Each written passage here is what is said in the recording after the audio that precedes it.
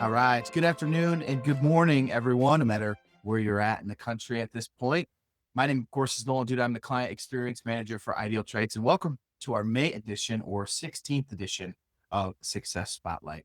Today's a very special one for me. One of my good friends, as I mentioned, Jonathan, in the LinkedIn video that you saw.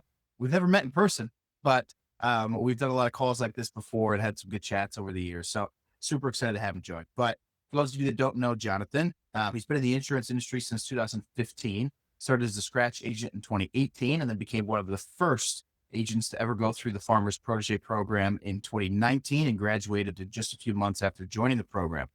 Throughout his time as an agent, has been awarded the Triple Crown, the Blue Vase, has been awarded the Life Leadership Club 5 times, Toppers Club with Farmers Insurance 4 times, has a $1.5 million book of business, and outside of being an insurance agent, enjoys, of course, being a part of the community, spending time with his wife, Ashton, and his 2 children, Elijah and Theodore. But throughout the next 30 to 45 minutes, we're going to talk about, Jonathan's story, what he's been able to do to find good qualified people throughout the years. So Jonathan, I'll kick it over to you. Thank you for setting aside the time to be here, my friend. I really do appreciate it. Oh, thank you for having me, and I look forward to this conversation. Absolutely. Well, Jonathan, as we start every success spotlight, let's talk a little bit about, 2015 got started in insurance, 2018 decided you want to be an agency owner, and then obviously that transition to protege in 2019. Tell us a little bit about that. What made you become an insurance agent and why you decided to get started with it. Absolutely. So 2015 was a pivotal year for myself, just going through a lot personally and didn't know what I wanted to do, kind of still young at that point also. And there was two options, either go into real estate or go into insurance. And the view that I had of insurance agents, they had a pretty cushy business. They got to sit around and money just continued to roll in. So that looked good to me. Yep. So, it just God always leads his ways and into what is the next step. And I landed in a small little insurance office where it was just literally an agent and 2 people. Never saw anything bigger than that. And that's all I saw. So I just fell in love with it. I started reading, I started having that growth mindset. Um, really launched me to where I'm at now. Mm. It's what we do today is what we're going to do tomorrow. We're preparing ourselves for tomorrow. So that's really where I just really started just learning and seeing that I was selling insurance incorrectly at there. It was all about price. It was all about the lowest coverage. I didn't know what risk really was. I had my license, but by golly, that doesn't mean anything. It's like, we get our driver's license and do we honestly know how to drive? Sometimes we still speed. We don't really obey the rules that are there. But just like that, I had an insurance license, but wasn't really putting it to practice. Let's Yeah. put it that way. And then yeah, so fast forward, I fell in love with it. I was like, I want to do this. I know I can do this. And it came to the point where I started my career. We just got to that level of, hey, I think it is time to continue for me to go somewhere else to learn the business in a different way. Went to a bigger company, same thing. Kept learning, kept grinding, and I was like, I really like this. And with who I'm with now is where the opportunity presented itself. Mm. And I wanted it. So I was like, whatever the entry point is, I'm there and I'm gonna make it happen. And that's where we are. And, the last 5 years as an agency owner haven't been easy. There's been even more growth in that, but luckily, I have been in this industry for me long, it's about 10 years now, and I've seen a thing or two as our little jingle says as well. Yeah. Harvest. Yeah. Yeah. Yeah. The mention of that. Perfect. Well, I mean, over the years, I've enjoyed our conversations as sort of where things are at. And I know that you mentioned it hasn't always been easy, right? And there's been challenges that have been within that. So of course, the main challenge that has surrounded a lot of insurance agents over the last, 5 years and very well before that too, as well, right? If we kind of split the pandemic there, but throughout that time, how did you know when you needed to be hiring? I guess that's usually the beginning stage. And I know we talked about it a little bit yesterday, where you kind of got to put a plan in place before you make it happen. Right. So how did you go about putting that plan together, and when do you decide when the right time to hire people is? Absolutely, and you mentioned something that I've been building my business plan, it's my 2nd year into the industry. It's like, okay, so like I have literally have a drive that I was even cleaning out a couple of weeks ago where it's like, man, here's some notes that I have from back in the day of what my vision was or is, you know. My vision is 100 million in premium, 100 employees. That's just my vision. That's what I write down every time. And it's been that way, 7 years now. I know I'm gonna get there somehow, but it might look different than what I think now. So when it came to hiring, when I became an agency owner, they told me, "Hey, you gotta go hire 2 people that are licensed, or else you can't get your." I'm like, "What? Where am I supposed to find these people?" And luckily, at my district office, I had an ABC that did my first interviews because I had no idea. I thought people just walked in for a job. I was Yeah. like, I was looking for opportunities and I would go look for it. And it's like, okay, I had to learn to become a recruiter. And that was a big deal. How do I go attract people? And like we spoke yesterday, okay, like what is going to be the Quinones agency motto? So what do we stand for? It's honor God in all we do, serve others, pursue excellence, and grow profitably. I just rattle it off to you. And in the interviews, I bring that up. I'm like, hey, this is who we are. How does that make you feel? Tell me about that.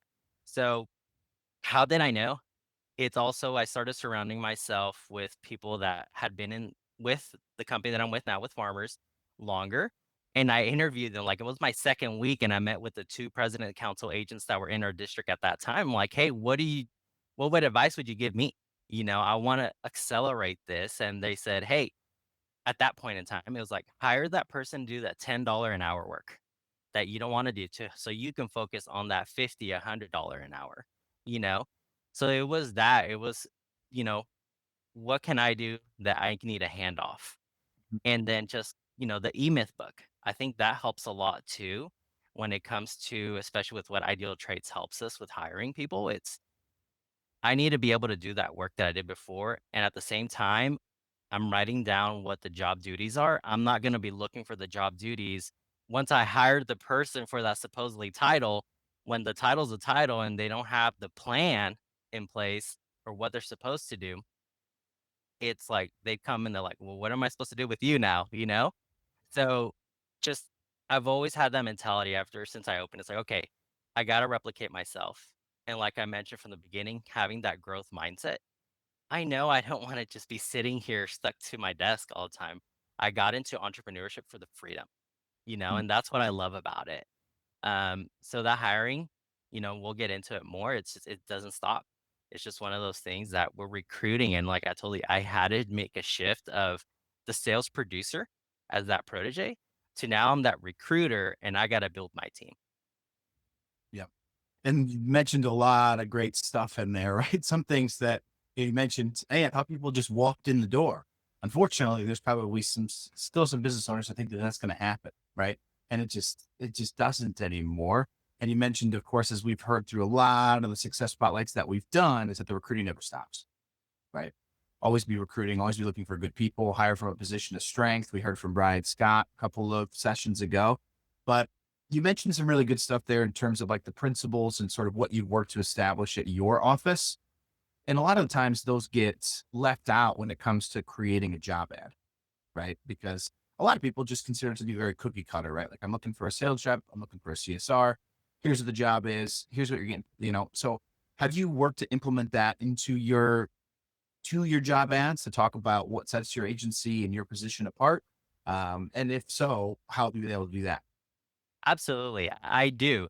And it really stuck out to me when I used to put office snacks on my job post. And I always ask, what made you apply to my job post? So like, oh, you put coffee snacks and coffee and tea. And I was like, hey, I like that. I want some snacks. So it's like, okay, cool. Like who would have even thought that that was a reason that somebody applied? Yeah. So it does work. And who am I? I always happy. I like to be joyful. I don't like to be around anyone that's negative or always just complaining.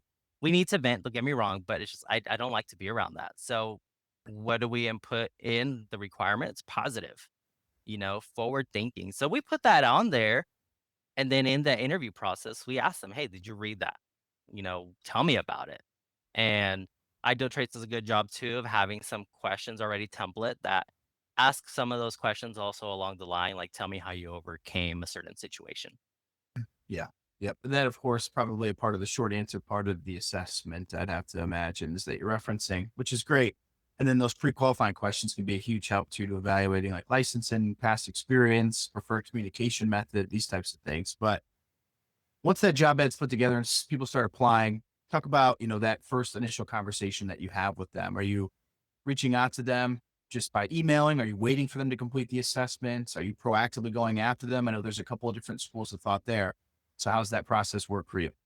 Absolutely. So right now, currently, I'm very proactive on it. So I get the application, I look at the resume. The resume also tells me that they just copy and paste this, did they take time? And I'm not necessarily looking at the jobs they've had. It's just what's the effort that they put into it. Is there a picture on it? I would say like 1% has a picture of who they are on there, and I'm like, I just want something creative. I mean, look at how I have flowers on, pink. Like, I just want something creative that is going to catch my eye, you know? And so then I just, I always text. I like to text like, hey, I got your resume. Just know like there is an assessment also along with this for us to move on to the next step. And then we go from there. So once that assessment is filled out, I used to live by it. Now, not necessarily. What I mean by that is if it's this and those parameters, then yes, I'm going to look at it. If it falls outside of that, then I'm not. And I've learned it's some people sometimes get stressed, especially on the problem solving portion, and they sometimes will freak out. So I don't think there's a wrong way or to do it. It's just what's going to be the right way for us in the office. And like, yeah, if they only did one correct out of that problem solving, I'm probably like, hey, I'm gonna bring it up. I'm like, hey, so on this problem solving, like, what happened? Did you fall asleep or like just tell me what happened? And then if they need to retake it, we will resend it to them. Just because I know where I'm at because I've taken the assessment. Yep. I need people that are better than me. I don't need people that are gonna be lower that I'm gonna have to pull along. I need somebody that when like, "Hey, yeah, we're talking about to the Quinones agency, and man, they got some powerhouse of individuals." Well, I hired to my weaknesses, you know? Mhm. So I am looking at that, like myself, on the assessment right now in this season, I'm a networker. So I know for me to bring people in, I need to bring in some sales leaders, some closers, some persistent people to help me just Okay. continue to elevate the bar, you know? And like I told you, it's just I've learned to adapt and at which season in life am I in? I got to learn to adapt and mold myself to that as well. Yeah. Great points. Yeah. And I mean, of course, had to throw the persistent out there as we do, right? Being the best personality. We hear it on the success spotlights. We hear it on the assessment workshops. It's number one. Just kidding. Whatever you think is the best one is probably the right one for you. But that sort of segues into my next question, Jonathan, is just when you're looking for new employees, are you looking for specific personalities alone, or are you open to, potentially interviewing some other folks outside of sort of the ones that you just mentioned, sales leader, closer, persistent? Like, how do you generally go about the assessment if someone doesn't come back as a like, let's say somebody come back as a perfectionist, like, are you finding a spot for them? Or is it more of you're moving on if you're only looking for salespeople? I guess, again, same thing. There's a couple different schools of thought there. Assessment can be used to really help you understand sort of how you need to support someone, where they can fit into your organization. And, we've heard it where you have a researcher that's a really great producer, but their manager just knows how to support them and communicate with them. So, how do you use it in your office? Are you highlighting those specific personalities, or are you sort of a jack of all trades in that sense, looking for Absolutely. Um, So, perfectionist, unfortunately, I've just had bad experiences with everyone. I'm always like, okay, this person's gonna bring prove me wrong or prove the past one's wrong, and it just has it. So the way I look at it is, what's my capacity to train? Do I have the knowledge to train these people? Because I mean, it tells me the personality type. So I can go in there and be like, okay, with my personality, am I gonna be able to communicate with this person? And there's other assessments out there, not just the ideal traits version, but it helps you understand how to coach someone. And that's what I explain to the anyone that I'm interviewing. This assessment is for me to help coach you. Because if I don't know, you might be able to and just, be like a glaze in front of the interview and pass, but maybe behind that shield there's someone else that I Mhm. didn't really see.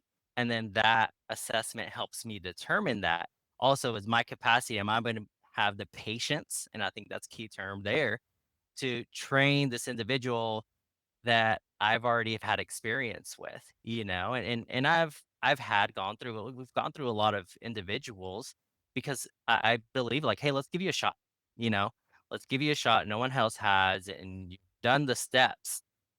Let's see if you can do this. Yeah. And how's that usually worked out? It's a hit or miss. Like Mhm. I don't think it's gonna be like, oh, it's amazing. No, it's real honestly, it's a hit or miss, Yeah. you Yeah. know, and I it's got just part of the swing of business. For sure. Yeah, makes sense. I'm going to backtrack a little bit here, Jonathan, back to sort of the job posting. So, a lot of the times on Success Pilot, we talk about ad sponsorship. I know we talked about the creation of the job ad and sort of put your unique spin on that to personalize it. Where are you at with sponsoring? Is it something that you do frequently, something you do every once in a while? Is it something that you only do when you post job ads? Where do you fall on sponsorship? No, absolutely. So I honestly haven't done it.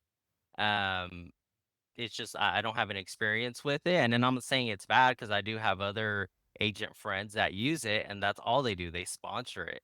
But I think also I'm putting a unique spin into what I'm putting out there on the job ad, and it does attract what I'm looking for. Yeah. So I haven't had to sponsor it out yet. I think in the future, as hiring continues to get more aggressive, it will have to be sponsored. And I mean, again, different perspectives that we've heard, similar to yourself. We've got people that have never sponsored a job before, and they get enough applications to suffice, as it seems like you've had over the past, 5, 6 years of using Ideal Traits, right?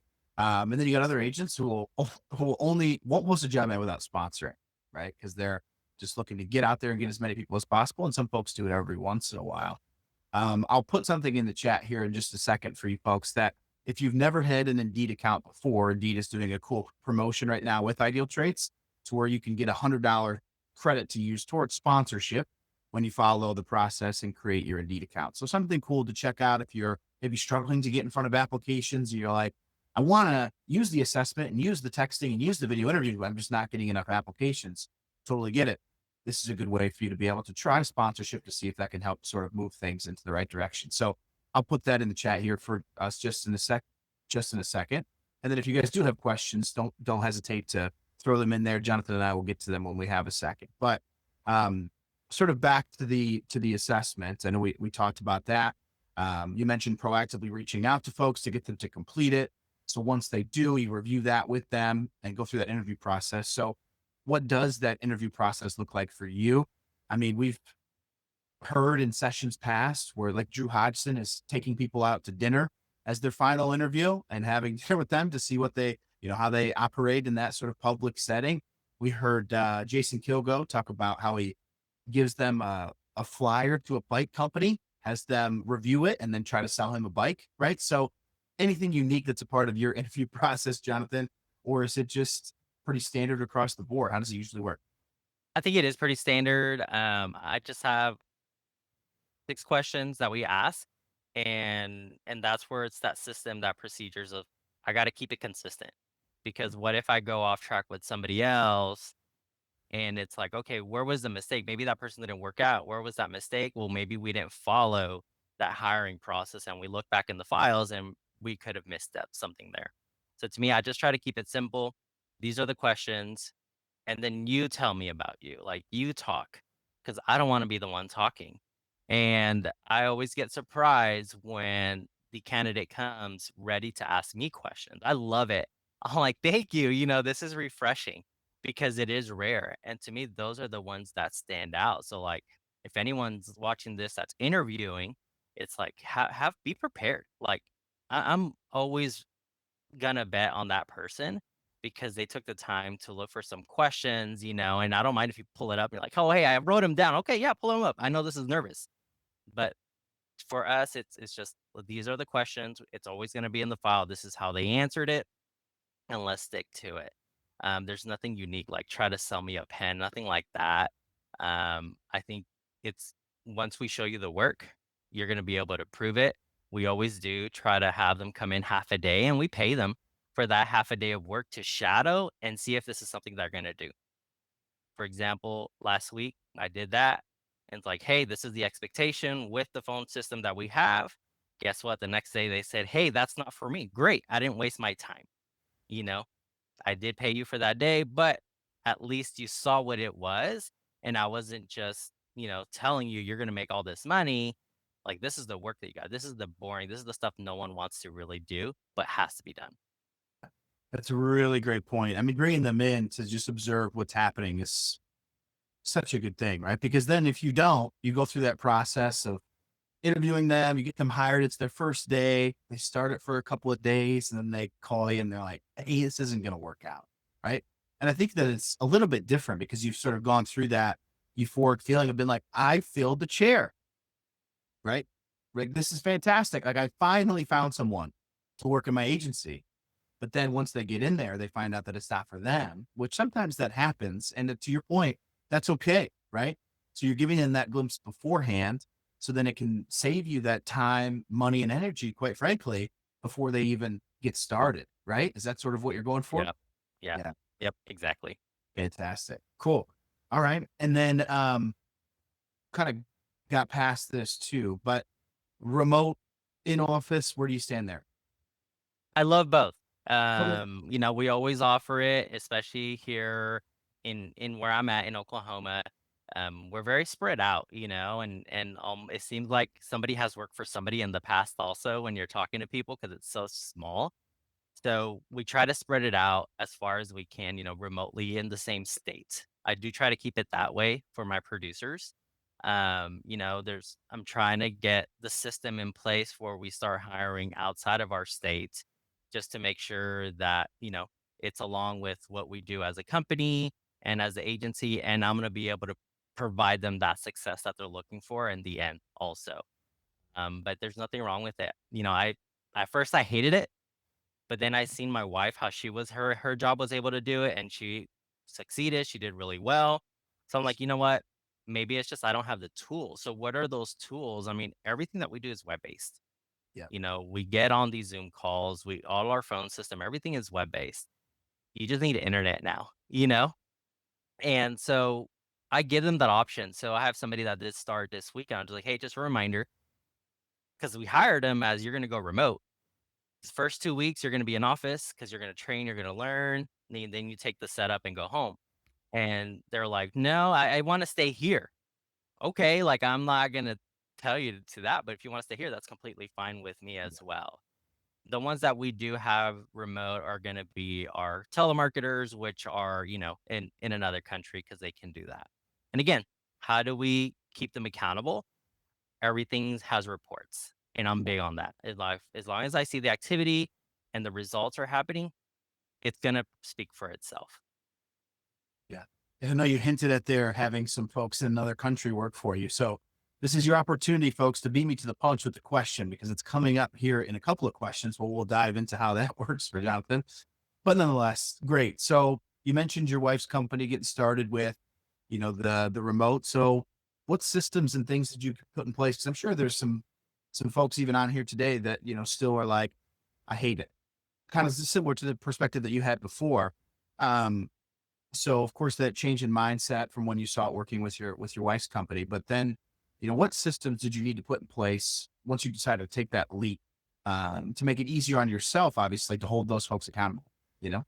Yeah, so the first thing, like, when I started so I started in 2019, right before COVID, before we had to go remote, Yeah. and I'm in a catastrophe-prone state, Oklahoma. We get a lot of catastrophes, tornadoes will come and tear a town up.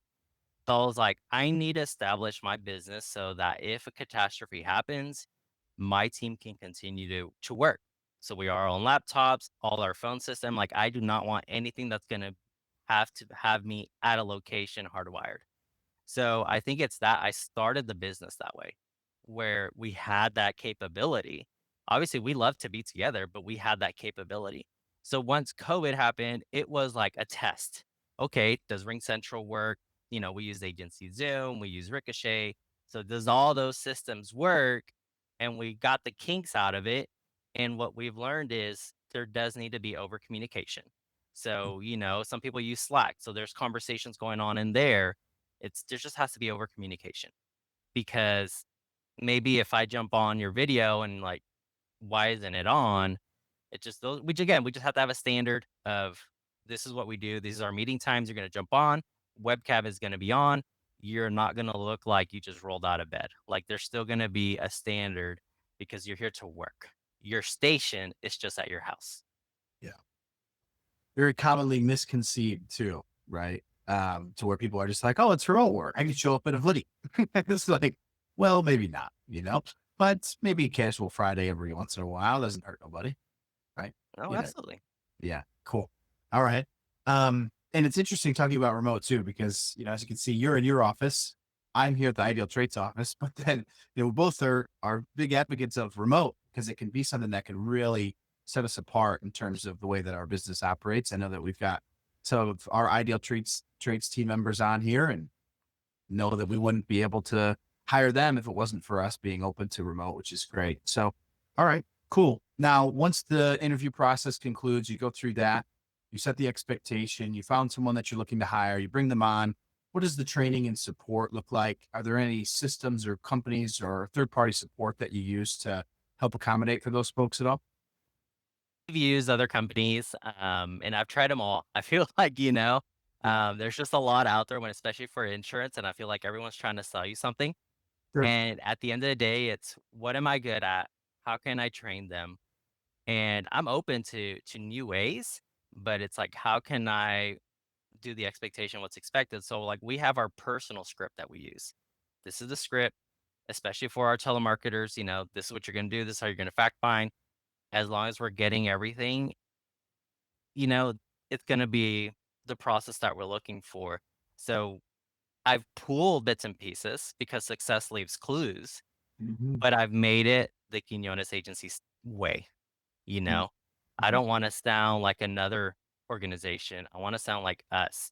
Why do people come for us? Yes, I have a logo, I have a brand, but at the end of the day, people are buying us. You know, that's like my product. They're buying us. So I just got to make sure that on that training part, they come to their station and everything looks the same. You got two monitors, you got everyone has the same headphones, everyone has the same farmer's padfolio. These are the scripts, these are our work schedule. Okay, from 8 a.m. to 8:30 is what you're doing. 8:30 to 9, we have our meeting. 9 to 12, you're on the dialer. 12 to 1, you go to lunch. You're doing quotes, calling back, and it's all the same because if we're following the same repetitions, we're gonna get the results. If Yeah. we just come in, and we're just like, oh, you just kind of pick up the phone and talk to people, they're gonna be like, this isn't what you sold me. Like you said, we can make a lot of money. This is a great business. So again, that's that hard part. That's the stuff that no one likes. They think it is glamorous, but we come in every day and this is what we do from 8 to 5 and we follow the system. It is like a little checkbox. And then the script has a checkbox too. Did you ask this? Did you ask this? Did you ask this? Yeah. Very thorough and very precise. But then in addition to that too, as well, at the beginning, talks about that uniqueness that we sort of pulled out and talked about at the very beginning when we're alluding to, hey, we want to, this is us. We're not anybody else, right? This is us. This is what sets us apart. This is why people come to us for their insurance, et cetera, et cetera. And you dropped a one-liner in there that I thought was great. It was success leaves what? Clues. Leaves clues. Sorry, for some reason I had crumbs stuck in my head. And I was like, No, no. crumbs. It Clues. can't be. Well, yeah, it works. But yeah, Yeah, yeah. true. And A little that's bit. true. Yeah. You go talk to successful agents and or even just by hanging around them and sometimes they forget what they're doing. And you're like, oh, did you notice you guys are doing this? Oh, I didn't even realize it. I'm like, oh, okay, well, looks like that is that bridger to that success, and I just write it down. Absolutely. Fantastic. Love it. Let's get into, because again, you've been doing this for a long time, right? Hiring people over the last, 5, 6 years, and most likely a little bit before that too, as well. And we talked about, always looking for good people, but I'm sure that there has been people that you have hired that have not been so great, right? That just haven't worked out, that have sort of taken the wind out of your sails. And oftentimes is maybe something that is discussed a little bit, but not focused on. It's like, the difficult part of hiring is when you put all this effort and time into it, it doesn't work out. Right. But still, here we are again, Jonathan, 5, 6 years later, and you still have sort of that optimistic attitude to be like, I need to go out and make it happen some more because I need to find good people. I need to get back and move into the direction that I'm continuing to try to go down. How do you battle through that? Like that adversity, if you will, if that makes sense, like to sort of see the light at the end of the tunnel, if that makes sense. And no, yeah, looking at it is we're all going through it. When I say Yeah. all, it's other agency owners, and I have some that we have weekly calls and it's brainstorming with them like, hey, what's going on? Oh, remember I told you I hired that guy 2 weeks ago? He's gone. He just stopped showing up. It's like, oh man, that sucked, like, well, did you have your pipeline full? And it's, I hang around those same type of people. And yeah, they had that pipeline of continuing to look to continue to look. Because again, it's not for everyone, you know? And I think you ran across, even Cody asking stuff. It's like 8%, people stay into this business.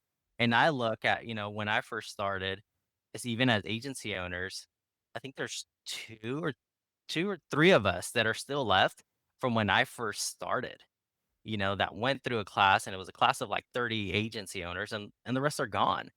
And I feel like I just don't have a quit. Like there's days that I do, I want to throw in the towel. Don't get me wrong. And especially this last year, I mean, January, I was like, oh, done. I'm out of here. But I was like, what is that reason that gets me out of bed? Why am I doing this? And, you mentioned my kids at the beginning. My kids have no idea what it's like for me to have a job, to go work for someone else. They know dad's the boss. They think I own all these other offices too. They understand that we have the freedom. I can go pick up my kid, come back, and we get back to work. But there's that flexibility. It's not like, oh, I have to ask my boss. They have no idea what that's like. So when we're going through that and somebody doesn't work out, I just think like, okay, some will, some won't. So what? Mm, That's literally what it is. Some will, some won't. So what? mm. I gotta continue to keep the sales. I mean, you look at sales. We get them, we have a really full pipeline, then all of a sudden, maybe half of those said, "Hey, never mind, I'm staying where I'm at." What? You know? But that's how we do the yuck, that's how we do the daily things that we have to do, the checklist to make sure that we're succeeding. Yeah. And I mean, I just love that. Some will, some won't. So what? Right. And I think that you just have to have that because a lot of people go about hiring. It's like, all right, I have a spot to fill. I'm going to find one person and it's all going to work out. It's all going to be great with no real contingency plan. Right. And that's a dangerous game to play because then you're sort of just, putting all this expectation and this effort into this one person. Not that they're feeling that, but if they decide to stay with where they're at, or they decide that this isn't for them, or they decide that they got a better offer, then it sort of puts you in a very vulnerable position. No. Yeah, and we've had people that have been taken away, and that Yeah. makes me happy. I'm completely happy that I was able to invest in someone for 2 to 3 years. Somebody else saw that and was able to offer more, which I couldn't. That's completely fine. Like, hey, I bless you. Continue to grow and take those principles that you've learned here and continue to grow because you know what we're about is continue that growth. We're here to leave this place better than how we found it. Yeah. Yeah. Fantastic. Um, Again, I'm going to backtrack a little bit within Ideal Traits. I know that, of course, there's the automated workflows feature that you're able to take advantage of. Have you gone through and built any of the workflows? Do you have any of those sort of working now to send out emails or text messages or anything? But yeah, we've used it. Again, I love it. I gotta make sure, it's simple. It's also just frees me up, a lot of time. So yeah, we definitely have used the workflows and get those emails out. I know when we had the text, it did the text messages, so it just speeds up the process. But it's one of those set it and forget it as well. And you're like, Sure. oh, I got something scheduled, and now what's helped is having an assistant to filter all that. Is just make sure that they're legit. For sure. Yeah. And I want to share my screen here too, real quick, and just show folks like what that workflows looks like. Because to your point, Jonathan, I mean, it's something that you're taking advantage of, but there's a good chance where not a lot of people are. You know what I mean? So are you able to see my ideal traits screen, Jonathan? No, maybe. Yes, I see it. Oh, cool. Perfect. So for those of you that are watching that are wondering sort of what the workflows is and how that process works, you're going to go to the settings here in the top right hand corner, and it's going to take you to just all the settings that are available. And if you scroll down a little bit, you'll see where it says automated workflows. So as you can see, I have a couple of just samples that are built here, but with each account comes with the availability to create at least one workflow. So one of the things that I have set up here, just as an example that we'll cover real quick, is that when a candidate completes the assessment and the personality result comes back as closer, persistent, sales leader, or salesperson, which is like typically your 4 sales personalities, the system's then going to wait 30 minutes and then it's going to go into sending them the video interview for the remote sales representative. If you don't know what the video interview is, reach out to us. Our team will be happy to talk to you about that. But then another one that you could look at here is based off of your pre-qualifying questions. So let's say that I'm only looking for a candidate that has experience or is licensed. Don't necessarily recommend that, but let's say just in this hypothetical scenario that we have the question in there as our pre-qualifying question, ask them if they have a property and casualty license. They answer the question. So if their pre-qualifying score is equal to 100%, the system is then going to automatically send them a text message that says, "Hey, Nolan, thank you for applying and super excited to chat with you soon. You should see a personality assessment in your inbox. So please take a moment to complete that. And we'll be in touch shortly after. Talk to you soon." Right. So again, when we talk about the benefits of the workflows, this is just your ability to be able to have things happening within the account without you having to manually execute them. So Jonathan, I can't remember if you just mentioned it, but the workflow that you have built, sort of how does that, like, is it sending out an email? Is it a text? What is it sending out? Sending out an email. So Okay. that's what it's doing. Yeah, it's sending out Yeah. emails. Yeah. I got you. Perfect. So folks, again, if you're not taking advantage of that, because again, hiring, as we know, takes a lot of time and it takes a lot of resources, not to mention money, right? So ways for you to be able to make that process more efficient are right in front of you at your fingertips. Reach out to our team if you need help setting that stuff up, but very easy thing to do to, again, start streamlining your process and take time off of your plate and have our system take care of it for you. But Jonathan, we did talk a little bit about, you had mentioned some folks that you have working for you in a different country. Do you want to talk about a little bit about that at all? Or, um, No, absolutely. I'm always happy to share with what we do and just there's nothing hidden, I feel like. So what we have going on in Guatemala, and I did Guatemala just because my dad is from Guatemala. So I want to be able to give back somehow, create opportunities for people down there. And what they're doing, they're just telemarketing for us. They can't service our customers, they can't answer any of that. So I'm like, hey, but they can set up appointments.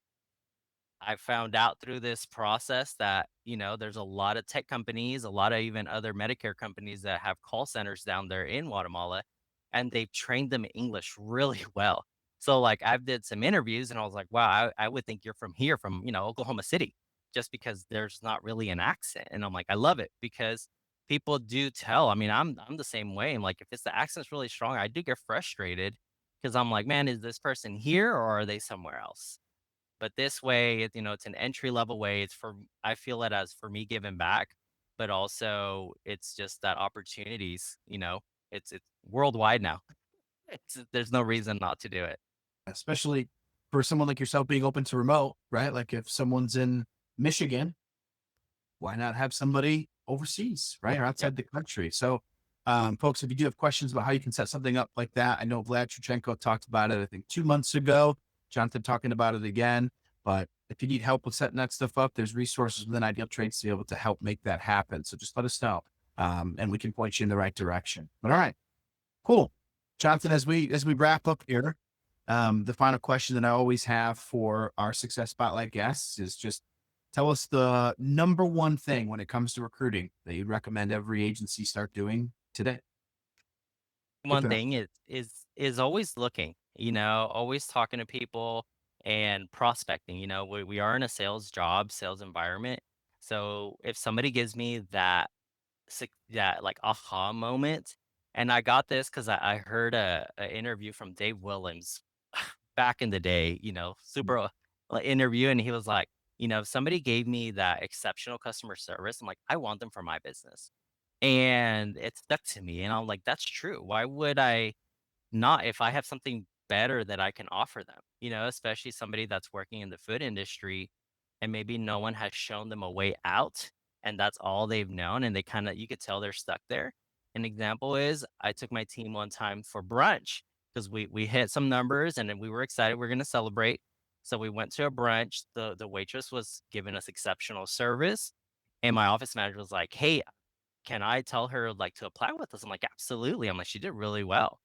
And the girl told my office manager was like, "Hey, thank you for that." And the girl cried. She was like, I Mm, never thought somebody would have saw me, because almost as when they're a waiter, like they're almost invisible, you know?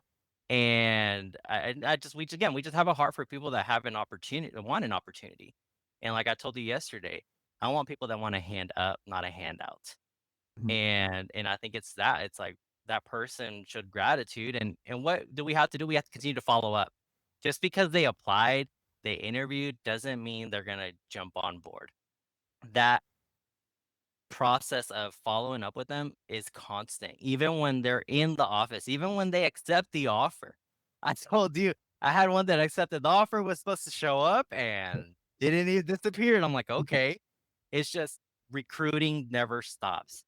Once you get them in the door, especially when they're already in your office, recruiting constantly, when's their birthdays, when's their anniversaries, when are their kids' birthdays, we have to show them that they're appreciated, that they are an asset.